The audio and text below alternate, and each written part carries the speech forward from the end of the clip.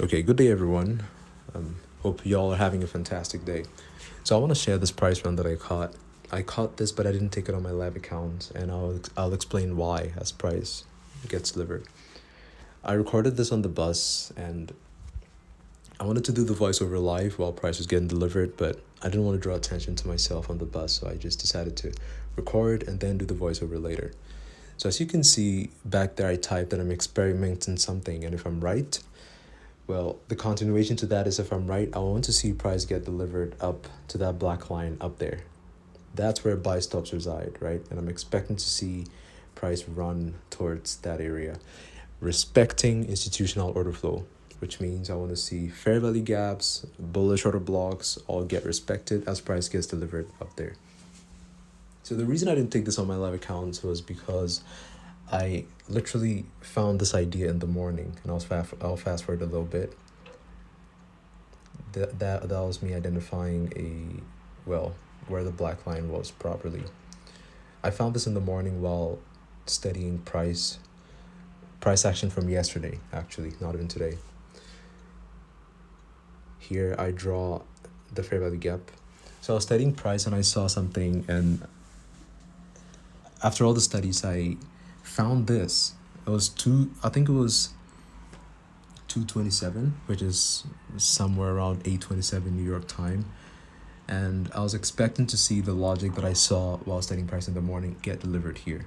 And spoiler alert, it did. So that was really nice to see. Anyway, here I'm watching and I'm expecting price to come back down into the fair value gap and then rally. Now, below the fair value gap, there's an order block, which is the last two down close candles. You can see right below the fair value gap. I'll mark that out too. Let's fast forward. Okay, so I recorded this in 2 videos. Let's get to the continuation. So here's where I type price should be delivered up there, respecting institutional order flow, right there. Okay, so you can see the fair value gap, we get really close to it. And this is where I put down the bullish order block. So plus OB is how I write bullish order block. And I'm expecting the fair value gap and order block to hold price. Fast forward. Okay, so just like that, I actually typed that just like that here. But price did come eventually back down in there. So all I'm expecting to see is for price to not close below the fair value gap, which means the bulk of the volume should stay inside the fair value gap or above it. The bodies. So here we come down, back down. I'm expecting an expansion higher, and I'll add, and also I don't want to see price close below the fair value gap, right? And here I name the fair value gap. So now let's watch what happened. That was the first expansion, second expansion, pretty nicely. And that's where the flag is. That's where we expect price to get delivered to. So here it stalls a little bit, leaves a fair value gap, and I'll draw that as well. So that right there, that's a fair value gap. And I'm anticipating price coming down into that fair value gap and then finally take out the objective. And so it comes down in here and then expands and takes it out. Mission accomplished. So now I'll go to the next trade in view and show the logic behind why I took this trade. Why I believed price was gonna run, because I didn't take this. Okay, so I'm gonna try and go over this as fast as I can so this doesn't become a long video. So as you can see, at the time of this recording, price has actually come up back into the fair value gap, down and then back up. So this is the move that I caught. And even after my objective got reached, price expanded further higher. But that's all I cared about to catch. So when I came to the market, this is what I saw. This somewhere here. So this is 8:15, and this high right here, that was the objective. That high up there. So that's buy side liquidity. Let's name it as such. That's where I was looking, right? And looking through all this price action, it looks like a messy consolidation, but if you look closely, there's this low here, down here. That had some validity to me. Let me turn off the magnet.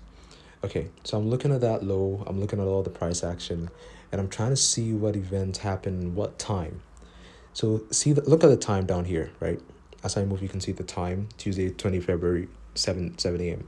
At 7, we took out that low, and that could be considered a liquidity grab.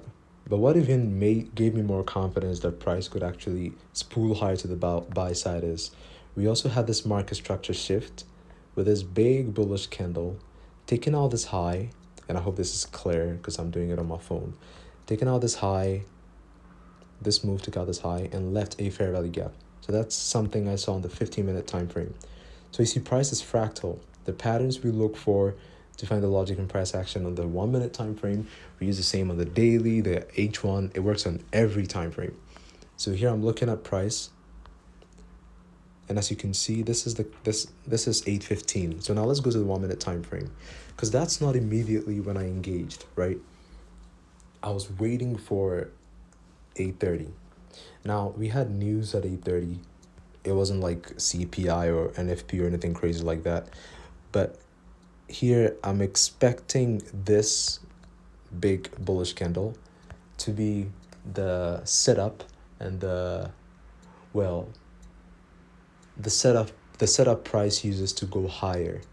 But in events like this, before price goes higher, there's often a liquidity grab before that happens, and the liquidity grab can be on any time frame whatsoever. Currently price comes in here and I'm waiting for 8:30, right? It's currently 8:29. 8:30, bam.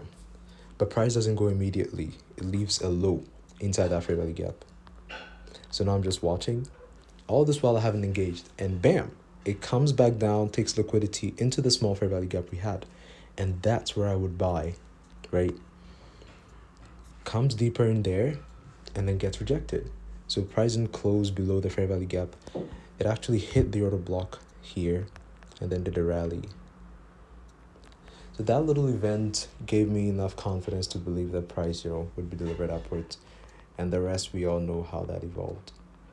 That's the first part of the video. Took out buy side and even went way higher than my objective. So that was a beautiful price run. Now that I've cut this, the second part of the work is there, which is back testing and trying to find these moves and, get better at identifying them, because it's nice. It's beautiful. Wouldn't you want to catch this? Like, it's a low resistance liquidity run, very little resistance. Price just keeps spooling higher and higher. It's really fun, And if you're buying somewhere here, that's more than a 7 RR. Even though I tell myself I'm only catching a 3 RR, I want to get into the habit of, I use the logic to manage my stops, right? So I have to use the same logic to be able to take profit, and I want to get there.